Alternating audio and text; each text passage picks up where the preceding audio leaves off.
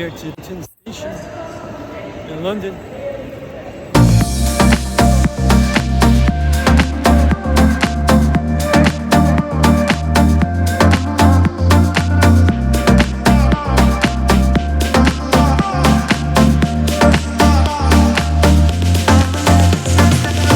Alright, so back in London in my favorite casino, Hippodrome, and playing some poker, trying to make some money. But I just love this place. Good atmosphere, you know, cool, hip. Yeah, outdoor terraces, bars, restaurant, multi-levels, like 8 levels is pretty crazy.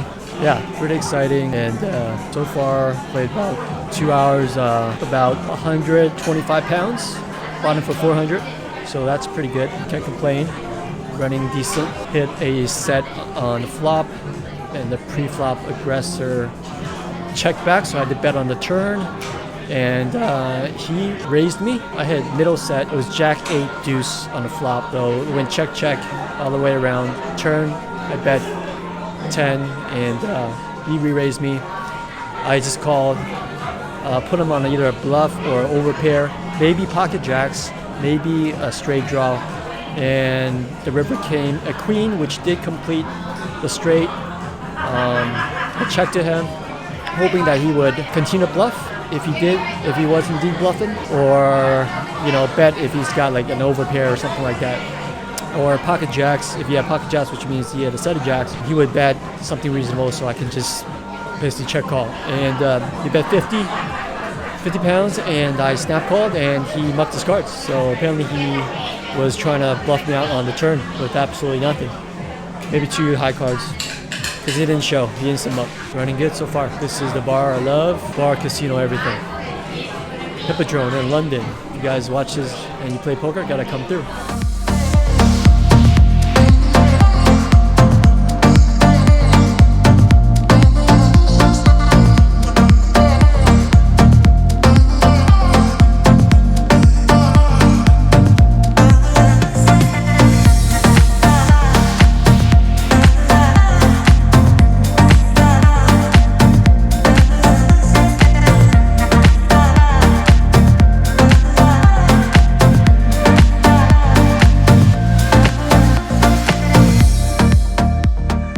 Alright, I'm still in London. I just took my day 2 test. Basically, COVID test you need to take after you enter a country. It's called a day 2 test.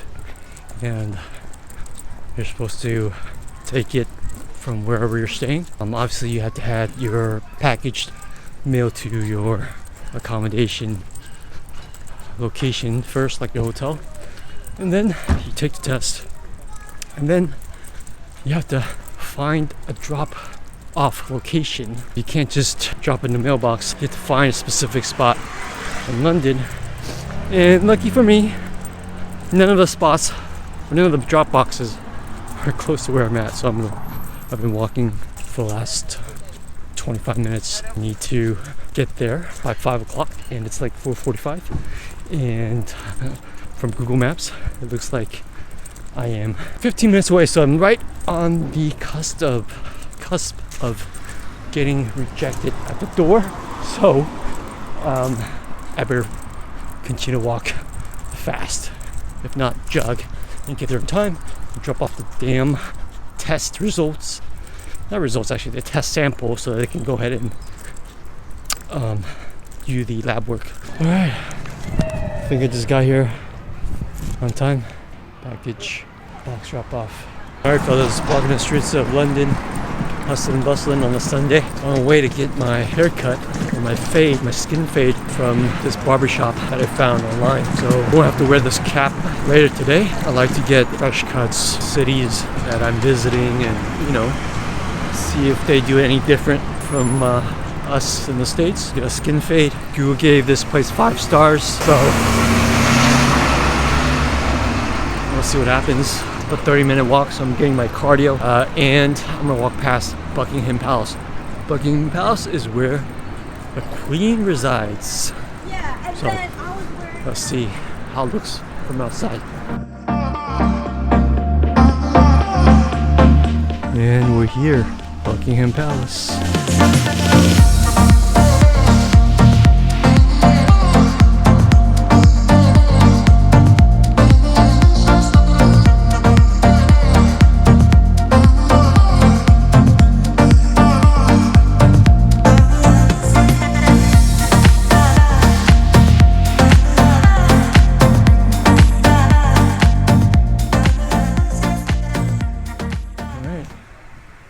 my fade here with this master barber. All right. Let's see.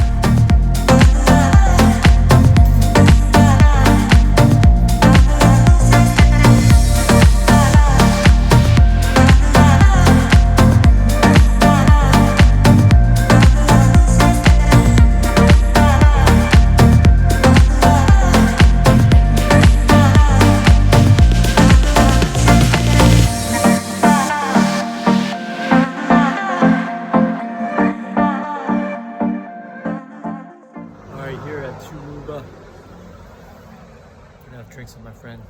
Let's see how. But if I lay down and I play dead and I stay dead, maybe you'll get sick of being the monster out of my head, under my bed. Think you're something out of my nightmares, standing right there.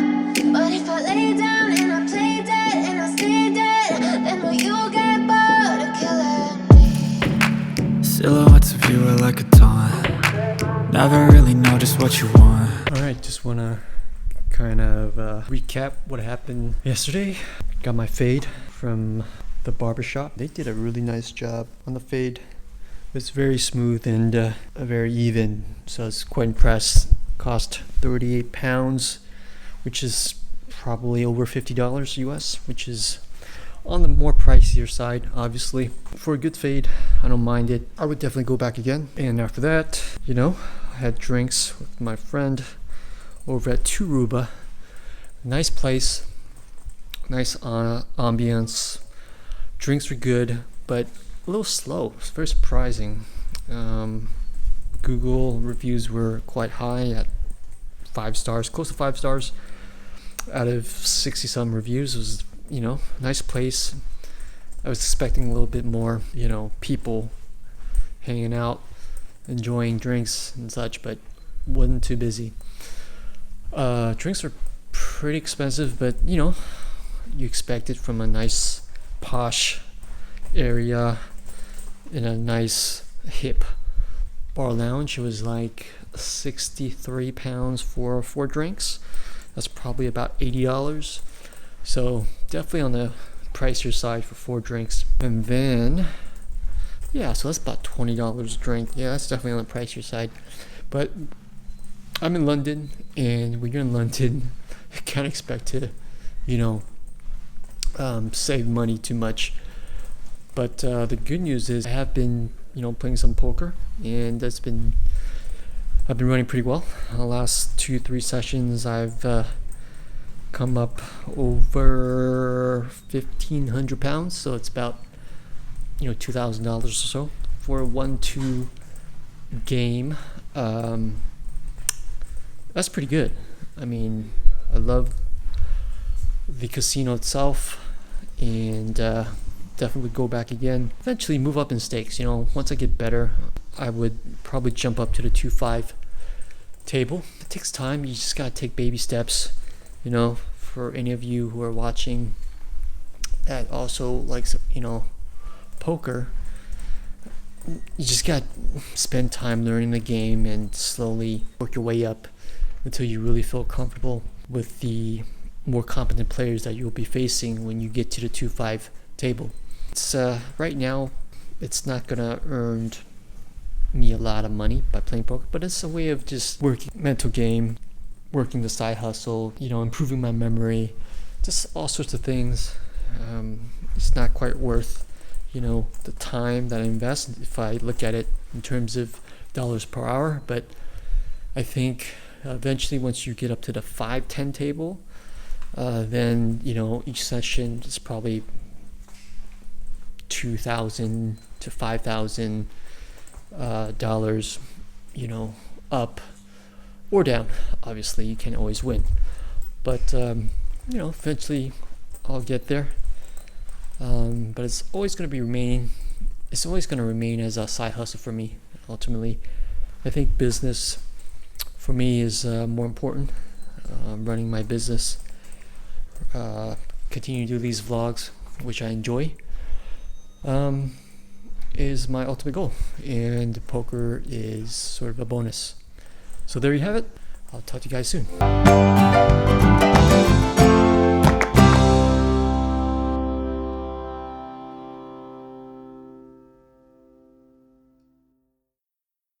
I moved over to Point A Hotel, Canary Wharf, still in London,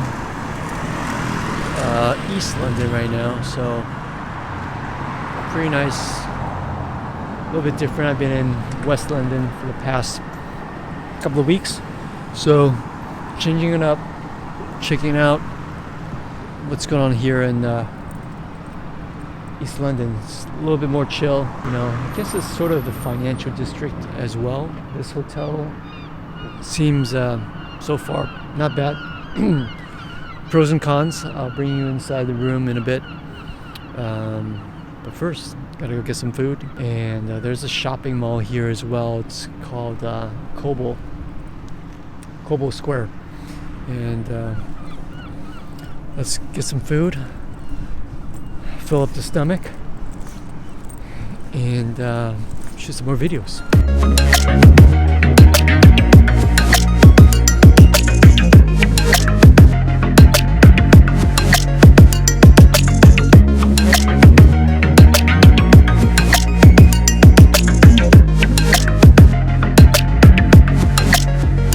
One more thing I forgot to mention is it's a lot cleaner. London, for a big city, you would think it would be, you know, dirty, trash everywhere, but it's not. At least in comparison to the United States, New York, LA, San Francisco. London is fairly clean, actually very clean. No graffitis on the wall, barely any. It's just so much more pleasant. I just want to stress that safety issue again. Is at no point during my stay here I felt unsafe. But back home, where it's my home, where I was born and raised in San Francisco, oftentimes I do not feel safe. Just the people around me. I just had to look, you know, behind me constantly and see who's behind me, if anybody. So, you know, something I like to mention. So I think London has all the good things that New York has. The opportunities, the energy, the diversity, money-making opportunities. It has all of those in London, but it doesn't have all the bad things that we have. Safety, cleanliness, homelessness. All right, so about to have dinner with my friend, call her V. Didn't know she was in town. I saw her on Instagram, and turns out that she's in London, so I messaged her, and we decided to meet up, to always, you know, meet up with friends that are from, you know, your hometown in another country. So looking forward to having some good food. The place we're going to, Tapas restaurant, got pretty good reviews, 5 stars, or at least 4.5, called Lobos, and we're in Soho. Soho is, of course, packed with people as usual. Hopefully food is good, and talk to you soon.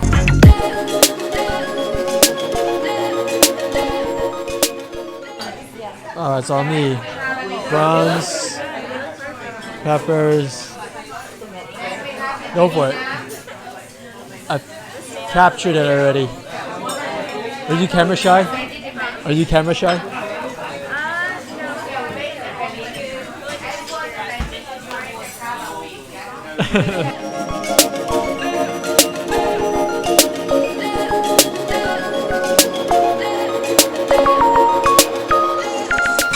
Behind me, chefs. So we're at the best, I want to say the best tapas restaurant in London. So if you guys want to experience some good tapa food, you gotta come here. It's called Lobos. Here's a menu. Make reservations because I had to do that. It wasn't easy. Everywhere in London, you must make reservations. One more time. Everywhere in London, make a reservation. Exactly. So be sure you do that. Otherwise, you're not going to find a seat and you'll be stranded in the cold. So be smart. Make a reservation. Get the food here. The food. Order the steak. I ordered the steak. If you like steak, the ribeye, you can't go wrong with that. And if you're a vegetarian, they have good salads.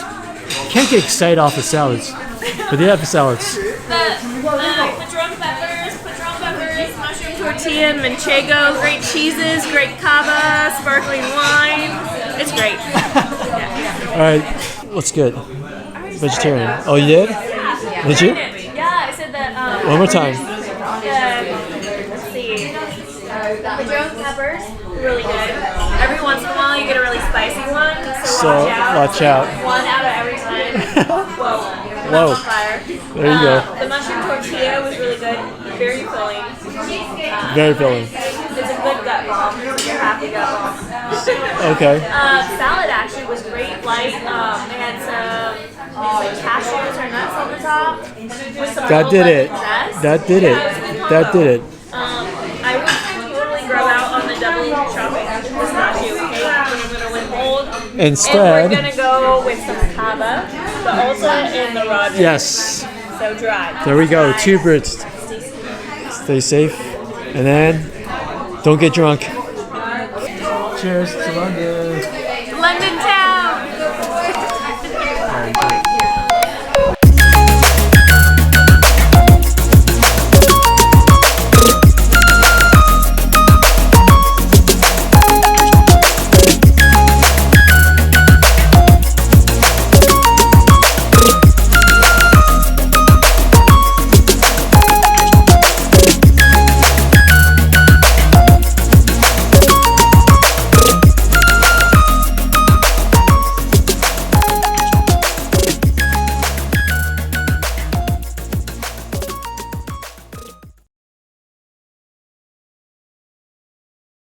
Alright guys, just want to give you a quick look of the hotel room that I'm in. Again, this is the Canary Wharf Point A Hotel. So once you walk in, you immediately get this like NASA space shuttle feel just from the material that they use here. Like I would imagine this is what a space shuttle bedroom would kind of feel like, but here you can see some metal switches and some high-tech electronics. It's all censored. As soon as I get my fingers near it, you can control the temperature, and this part is even crazier. You can control the lighting of the room. You can make it green, yellow, whatever, which is pretty awesome. Builds the mood. So the ambient lighting, I guess, I'm turning it back to white so you guys can see better. So pretty cool. Got some hangers here, not your traditional clothes hangers, and here you get more of that space shuttle vibe. Pull down tabletop, which is, to be quite honest, not very useful because there's a stool here that you can pull out and use this as somewhat of a desk, but it doesn't work very well in my opinion. Not very comfortable. That's what it really is. I mean, it works quite well for what it is. It does save room. You get a flat screen. You get all these little pockets here for you to put your daily useful stuff, I guess. Blow dryer, USB ports. Again, just gives me that astronaut feel here. And obviously some mirrors, more switches, metal switches, the bed, even the bed, this material here just reminds me of, like a spaceship or something. You do have like a safe. Excuse the mess. Actually, I'm about to check out. I wanted to do this video earlier when I first checked in, but totally forgot. So here it is. You get your safe, which is always nice. Not all hotels have safes.